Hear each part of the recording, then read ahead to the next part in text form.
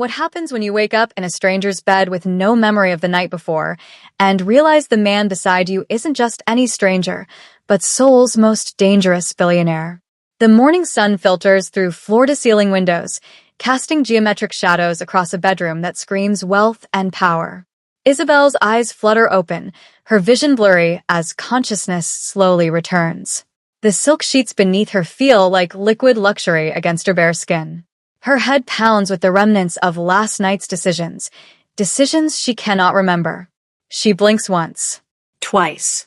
The room comes into focus. Minimalist. Monochrome. Expensive. This is not her apartment. Panic rises in her chest like a tide. She sits up too quickly, clutching the black silk sheet to her chest, her long hair cascading over her shoulders in wild waves. The room spins slightly. Her heart hammers against her ribs as fragmented memories try to piece themselves together. Neon lights, bass-heavy music, the scent of expensive whiskey, and nothing. A complete blank. Good morning, beautiful. The voice is deep, smooth, and dangerously close. Isabel's head whips to the side. There, propped up on one elbow with an expression that can only be described as wickedly amused, lies the most gorgeous man she has ever seen. Kim Soo-hyun. Even half asleep, even in the soft morning light that makes most people look vulnerable, he looks like sin personified.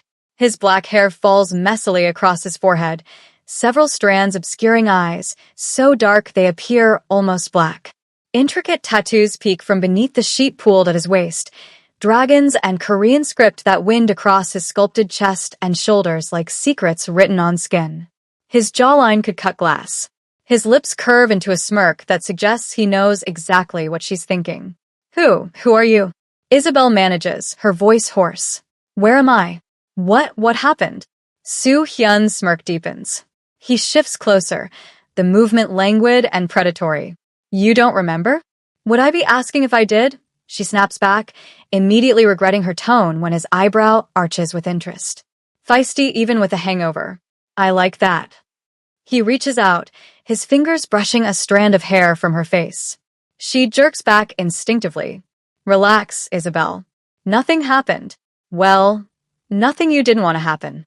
Her stomach drops. How do you know my name? You told me. Multiple times, actually. You were quite chatty last night. His eyes travel down to where she's clutching the sheet, then back up to her face. And quite insistent about several things. Heat floods her cheeks. This cannot be happening. She's been in Seoul for 6 months, running from her psychotic ex-David back in Atlanta, trying to start fresh, stay invisible, keep her head down. The last thing she needs is to wake up in some stranger's bed with no memory and a growing sense that she's made a catastrophic mistake. Look, I don't know what I said or what you think happened, but I need to leave. Now. She scans the room for her clothes, spotting her black dress draped over a leather chair across the room. Running already? Soo-hyun's tone is teasing, but there's something else beneath it. Something darker. That seems to be a pattern for you. Isabel freezes. Excuse me? He sits up fully now, the sheet falling away to reveal the full canvas of his tattooed torso. Isabel forces herself to look away, her heart racing for entirely different reasons now. I make it my business to know things, Isabel. Especially about beautiful American women who show up alone at my establishments, looking over their shoulders every 5 minutes. Your establishments?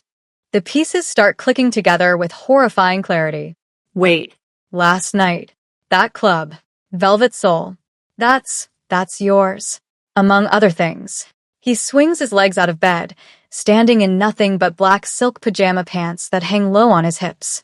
He moves to a coffee table where an expensive-looking espresso machine sits, beginning to prepare coffee as if this is the most normal morning conversation in the world. You made quite an impression on my security team. A woman who can talk her way past 3 of Seoul's toughest bouncers, drink half the VIP section under the table, and still walk in a straight line? That's someone worth knowing. Isabel's mind reels. She remembers going to Velvet Soul, the hottest, most exclusive club in Gangnam. She remembers the pulsing music, the crush of beautiful people, the way the lights turned everything into a fever dream. She'd gone to forget, to lose herself in the crowd, to feel something other than the constant fear that David would find her. But she doesn't remember meeting him, This man. This gorgeous, terrifying man who apparently owns the place and knows more about her than any stranger should. I need to go, she says again, more firmly this time. She starts to rise, then realizes she's completely naked beneath the sheet. Can you turn around? Soo Hyun glances over his shoulder, that infuriating smirk still playing on his lips. Nothing I haven't seen before, but if it makes you comfortable. He turns back to the espresso machine, giving her his back. Isabel moves quickly, wrapping the sheet around herself toga style and rushing to grab her dress. Her underwear is nowhere to be found. She decides it's a loss she'll have to accept. Her hands shake as she struggles with a zipper. Let me, Soo Hyun says from directly behind her. She jumps, not having heard him approach. His fingers brush against her bare back as he slowly, deliberately pulls the zipper up. The touch sends electricity racing down her spine. She can feel the heat radiating from his body, smell his cologne, something expensive and woody with notes of bergamot. There, he murmurs, his breath warm against her ear. All decent. Isabel spins around, putting distance between them. Her curvy frame fits the dress perfectly, but she feels exposed, vulnerable. Thanks. I'll see myself out. Coffee first. It's not a request. Soo Hyun gestures to the cup he's prepared, sitting on the marble counter. You look like you need it. She wants to refuse. Wants to run. But her head is pounding and the coffee smells like heaven, and something about the way he's looking at her makes it impossible to simply walk away. Isabel moves to the counter, maintaining careful distance. She takes the cup, wrapping her hands around the warm ceramic. The first sip is bitter and perfect. Why am I here? She asks quietly. Really? Soo Hyun leans against the counter, studying her with an intensity that makes her want to squirm. You really don't remember anything? Would you stop asking me that? No. I remember getting to the club around 11. I remember dancing. I remember vodka. A lot of vodka. And then nothing. Total blackout. He nods slowly, as if this confirms something. You were in the main area until about 1 a.m. Then you somehow convinced my security to let you into the VIP section. You walked right up to my table. Oh God, Isabel groans, covering her face with one hand. And you said, and I quote, you look like you could use some chaos in your life. I'm Isabel. I'm an expert in chaos. Then you sat down and proceeded to drink my 50,001 whiskey like it was water. She wants to die. Actually die. Please tell me you're making this up. I never lie about first impressions. They're too entertaining. His expression softens slightly. You were running from something. Or someone. You kept looking at the exits. Kept checking your phone. When I asked what you were afraid of, you said, ghosts that won't stay dead. The words hit her like a punch to the gut. David. Even half drunk, even trying to forget, she couldn't escape him. The text messages. The threats. The way he'd found her in 3 different cities before she finally made it to Seoul. The restraining order that meant nothing to a man with money and connections. I don't want to talk about it, she says firmly. Fair enough. I respect privacy. To a point. Soo Hyun sets down his own coffee cup. But here's what you should know, Isabel. I don't bring random drunk women home. I'm a businessman. I have a reputation to maintain. The only reason you're in my bed right now is because you passed out in my VIP section, and I wasn't about to let my security dump you in a cab when you could barely remember your own address. How chivalrous, she mutters sarcastically. His eyes flash with something dangerous. I'm many things. Chivalrous isn't usually one of them, but I take care of what's mine. I'm not yours. Not yet. The words hang in the air between them, heavy with implication. Isabel's pulse quickens. This is insane. This man is insane. She needs to leave before the situation gets any more complicated. She drains the coffee cup and sets it down with a decisive click. Thank you for the bed and the coffee, and for not being a complete creep. But I really do need to go now. I'll have my driver take you. I can catch a cab. Not in Cheongdam-dong at this hour. You can't. And certainly not dressed like that. His gaze travels over her club dress with barely concealed amusement. My driver. I insist. There's that tone again. The one that brooks no argument. Isabel realizes with creeping certainty that this man is used to getting exactly what he wants, exactly when he wants it. The expensive penthouse, the private coffee setup, the way he moves through space like he owns it, because he probably does. Fine, she concedes, too tired and hungover to fight. Your driver. Soo Hyun makes a quick call in Korean, his voice switching to a clipped, authoritative tone that sends shivers down her spine. When he hangs up, he's all smooth charm again. Jean will meet you downstairs in 5 minutes.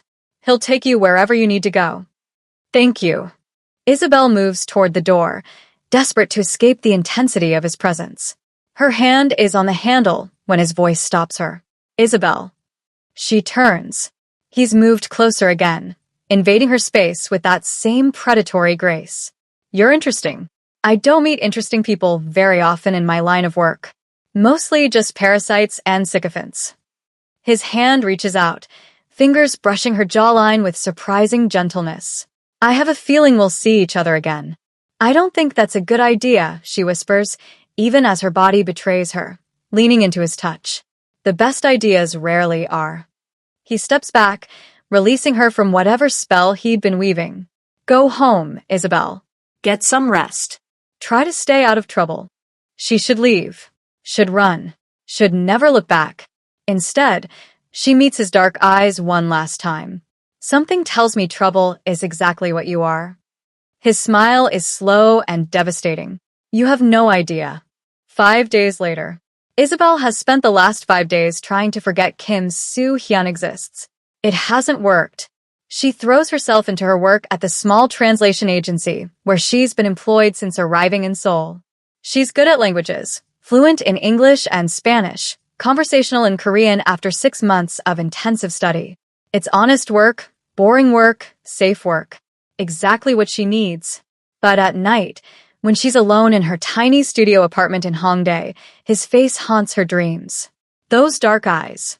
That knowing smirk. The way his fingers felt against her skin. She tells herself it's just physical attraction. She's been alone for so long, running for so long, that her body is simply responding to the first gorgeous man who's shown interest. It means nothing. He probably doesn't even remember her by now. Her phone buzzes. Unknown number. Her blood runs cold. David. She stares at the screen, paralyzed with fear, before finally opening the message. Velvet Soul. Tonight. 10 p.m. VIP section. Come alone. KSH. Relief floods through her. Not David. Immediately followed by confusion and annoyance. How did he get her number? And why does he think she'll just show up because he summoned her? She types back. Who is this? The response is immediate. Don't play games, Isabel. You know exactly who this is. Be there. Her fingers fly across the keyboard. Hard pass. Thanks for the coffee, though. 3 dots appear. Disappear. Appear again. It wasn't a request. You want answers about what happened that night? Be there. Or don't. Your choice. But something tells me you're not the type to leave mysteries unsolved. Damn him. Damn him for being right. Isabel stares at her phone for a long moment before typing a single word. Fine. Velvet's soul looks even more intimidating the second time around. The line stretches around the block. Beautiful people in expensive clothes hoping for a chance to enter Seoul's most exclusive playground. Isabel bypasses them all, her black leather jacket and ripped jeans a stark contrast to the designer labels surrounding her. She's not trying to impress anyone tonight. This isn't a social call. The same security guard who apparently let her through last time, a mountain of a man with a scar across his left eyebrow, recognizes her immediately. He speaks into his earpiece, then gestures for her to enter. No questions. No cover charge. The privilege of being on Kim Soo Hyun's radar, apparently. Inside, the club is a sensory assault. EDM pounds through speakers that cost more than her yearly salary. Laser lights cut through artificial fog. Bodies pressed together on the dance floor, moving like a single organism. The air smells like expensive perfume, spilled champagne, and desperation. Isabel weaves through the crowd, ignoring the appreciative glances from men who've clearly had too much to drink. She spots the VIP section on the second level, a glass-enclosed area overlooking the chaos below. More security guards. More velvet ropes. More exclusivity. Another mountain of muscle checks her name against a list, then opens the door. The VIP section is quieter, more controlled. Plush couches. Private bars. Small groups of Seoul's elite engaged in conversations she can't hear over the muted bass. And there, at the far end in a private booth surrounded by floor-to-ceiling windows offering a view of the glittering Gangnam skyline, sits Kim Soo-hyun. He's not alone. 3 men in expensive suits flank him. Clearly associates, clearly dangerous. They're reviewing documents spread across the table, speaking in rapid Korean that Isabel can't quite catch. Soo-hyun's eyes find her the moment she enters. A small smile plays at his lips. He says something to his associates, and they immediately gather the documents and leave without question. That kind of power should be terrifying. Instead, Isabel finds it intoxicating. "You came," he says as she approaches, his voice cutting through the ambient noise. "You're very demanding for someone I barely know," she replies, sliding into the booth across from him without waiting for an invitation. "And you're very defiant for someone who woke up in my bed 5 days ago." His eyes glitter with amusement. "I like the consistency." A waitress appears, impossibly beautiful, impossibly efficient. Soo-hyun orders something in Korean, without consulting Isabel. When the woman leaves, he leans back, studying her with that same unnerving intensity. "You wanted answers," he says. "Ask." Isabel crosses her arms. "What really happened that night?" "Exactly what I told you. You crashed my VIP section, drank my whiskey, entertained me with stories about Atlanta and bad exes, and your desperate desire to disappear. Then you passed out. I took you home because letting you sleep it off in my office seemed more civilized than the alternatives. And nothing happened?"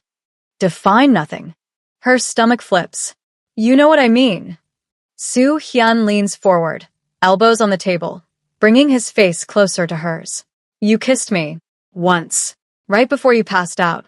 You tasted like whiskey and regret." He pauses, his gaze dropping to her lips. "I didn't kiss you back. You were drunk. I'm many things, Isabel, but I'm not that." Relief and disappointment war in her chest. "Okay, good. That's good." "Is it?" He tilts his head, studying her. "You seem disappointed." "I'm not. Liar." The waitress returns with 2 drinks, something amber and expensive-looking. Isabel takes hers automatically, needing something to do with her hands. "Why am I here, Soo-hyun? Really? Don't tell me it's just to clarify what happened. You could have done that over text." He takes a slow sip of his drink, considering. "You're right. I wanted to see you again. I wanted to see if you were as interesting sober as you were drunk. And more so, which is rare." He sets down his glass. "You're running from someone. Someone dangerous. Someone with resources." It's not a question. Isabel's defenses slam into place. "That's none of your business." "Perhaps. But you made it my business when you walked into my club looking over your shoulder like a hunted animal. I protect what's in my domain, Isabel. That's how I maintain order." "I'm not asking for your protection." "I know. That's what makes you interesting." His phone buzzes. He glances at it, his expression darkening. "Excuse me for a moment. Don't leave." He stands and walks toward a private corner, phone to his ear, speaking in rapid, harsh Korean that sounds like commands. Isabel watches him, trying to piece together who this man really is. Wealthy, obviously. Powerful, clearly. Connected to something darker than just nightclub ownership. The way his associates moved, the deference from security, the undercurrent of danger that follows him like cologne. And then it clicks. The full weight of realization crashes over her like ice water. The club isn't just a club. The VIP section isn't just for celebrities and chaebols. The men in suits weren't business associates. Kim Soo-hyun isn't just a billionaire CEO. He's Mafia. Her ex David had connections to organized crime back in Atlanta. That's how he always found her, how he circumvented restraining orders, how he made witnesses disappear. She spent 6 months learning to recognize the signs, the subtle indicators, the way power moves through criminal organizations. And Soo-hyun has all of them. She's sitting in the private booth of Seoul's most dangerous man. Her heart hammers. She should run. Should leave right now before this gets any more complicated. Before she trades one dangerous man for another. But then Soo Hyun returns, sliding back into the booth with the grace of a predator. His expression has shifted, harder now, more businesslike. My apologies. Business. He studies her face, noting the change in her demeanor. You figured it out. You're not just a businessman. I am a businessman. Just a specific kind. He doesn't deny it, doesn't confirm it, doesn't need to. Does that scare you? It should. But it doesn't. Isabel meets his gaze. I've been scared for 2 years. I'm tired of being scared. At this point, I'm just angry. Something shifts in his expression. Respect, maybe, or recognition. Good. Fear makes people weak. Anger makes them dangerous. Is that supposed to be advice? It's an observation. He drains his drink. Your ex, David Chun. Second-generation Chinese-American. Connections to the Chin Syndicate in Atlanta. Restraining order filed 14 months ago in Fulton County. Violated 7 times before you ran. The blood drains from Isabel's face. How do you? I told you. I make it my business to know things. Especially about beautiful women who show up in my territory, looking hunted. His expression hardens. He's escalating. The texts have become more frequent. More threatening. He's getting closer to finding you. Tears prick at Isabel's eyes, fury and fear mixing into something toxic. Why are you telling me this? Because I'm going to make you an offer. Soo Hyun leans back, his posture deceptively relaxed. And I want you to understand exactly what you're accepting if you say yes. Before she can respond, before she can process what's happening, he gestures toward the exit. Not an invitation. A command. You will go home. Now. The words are delivered with absolute authority, his intense gaze pinning her in place. There's no room for negotiation in his tone. Isabel blinks, momentarily thrown. Excuse me? Why? His eyes narrow dangerously. He's clearly not used to backtalk, not used to anyone questioning his directives. The temperature in the booth seems to drop several degrees. Because I said so. The arrogance is breathtaking. Isabel feels her temper flare. The same temper that got her in trouble with David. The same temper that saved her life more than once. She spent 2 years being controlled, being hunted, being told what to do. She's done. Screw this, she says, standing abruptly. You're not my father. She turns to leave, her heart pounding with adrenaline and anger. She makes it 3 steps before his hand closes around her wrist, not painfully, but firmly enough to stop her in her tracks. The touch sends electricity racing up her arm. No, Soo Hyun says, his voice low and dangerous as he rises to his full height behind her. He's close enough that she can feel the heat of his body, smell his cologne. I'm not. He turns her to face him, his hand still circling her wrist. His other hand comes up to cup her jaw, tilting her face toward his. They're inches apart. His dark eyes bore into hers with an intensity that steals her breath. But my men tell me, he continues, his thumb brushing across her lower lip, you may be uniquely qualified for a position on my team. Isabel's mind reels. Of all the things she expected him to say, this wasn't one of them. What? He releases her wrist, but doesn't step back, maintaining that invasive closeness. You speak multiple languages. You understand how to disappear, how to read people, how to survive. You're resourceful, intelligent, and, according to the background check my people ran, you have a degree in international business and 3 years' experience in financial analysis before your ex forced you to run. You ran a background check on me? She doesn't know whether to be furious or impressed. Of course I did. I don't make offers to people I don't understand. His eyes travel over her face, down to her lips, then back up. You need protection from your ex. I need someone with your skill set. It's a mutually beneficial arrangement. What kind of position? Financial analyst. Legitimate. Above board. Well, mostly. That infuriating smirk returns. You'd be working in my corporate office, handling international transactions and contracts. Nothing illegal. Nothing that would put you in direct danger. Why me? You could hire anyone. Because you're desperate enough to say yes, smart enough to be useful, and interesting enough that I want to keep you close. He finally steps back, giving her space to breathe. And because something tells me you're tired of running. He's right. God, he's right. She's so tired of looking over her shoulder, of jumping at shadows, of living half a life in constant fear. But this is insane. Working for the Mafia? Even in a legitimate capacity. What happens when David finds her? What happens when Soo Hyun's world inevitably bleeds into violence? What happens when she can't walk away? Soo Hyun seems to read her thoughts. I won't lie to you, Isabel. My world is dangerous. But it's also protected. David Chun and his connections mean nothing here. This is my territory. My city. He comes for you here. He'll regret it. The promise in his words is dark and absolute. I need to think about it, she says quietly. Of course. He reaches into his jacket and produces a business card. Heavy cardstock, minimalist design, embossed lettering. So go home. Get some rest. And be at my office tomorrow morning at 10 a.m. sharp. His tone makes it clear. This is happening whether she's ready or not. Isabel takes the card, her fingers brushing his. The contact sends another jolt through her system. Forbidden attraction mixed with genuine fear mixed with something she can't quite name. And if I don't show up? Soo Hyun's smile is slow and devastating. You will. Because despite everything telling you to run, despite every rational thought in your beautiful head screaming that this is a terrible idea, he leans in close enough that his lips brush the shell of her ear. You're curious. And curiosity is far more powerful than fear. He pulls back, his eyes gleaming with triumph. Jean will drive you home. Again. Try not to make a habit of needing my driver.